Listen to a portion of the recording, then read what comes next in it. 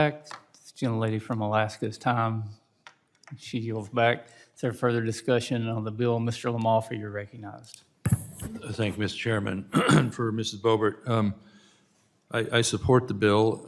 I think if you really go back to the original intention of Bureau of Reclamation and what we would see in California with the Central Valley Project, for example, is that the federal government's role was they were actually incentivizing people to build this infrastructure in order to have it available for flood control, for generating power, for agriculture, for recreation, and these days for environmental water. So these projects that certainly we have in California, and I don't know all the nuances of the Colorado system there that you're talking about, but there was a public benefit by the creation of them that the federal government incentivized many decades ago.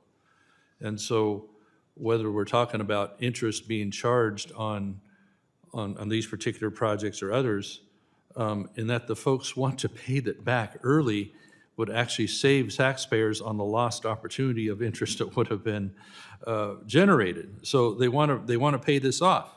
They want to get it done, and they want to take control of these projects. Once again, as a BOR, typically is in the position of being the middleman between their water rights that they're trying to have distributed for them, as I see in California and the Klamath Basins, for example.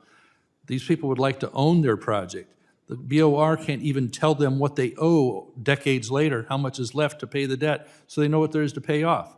So I appreciate these folks taking the initiative to try and pay it off, these debts, and accelerate the process. And if there is a missed opportunity of no interest for the federal government, which indeed it was thought of as a public service, that people would be part of this, it's really some backwards thinking. So, Ms. Boebert, I yield the rest of time to you.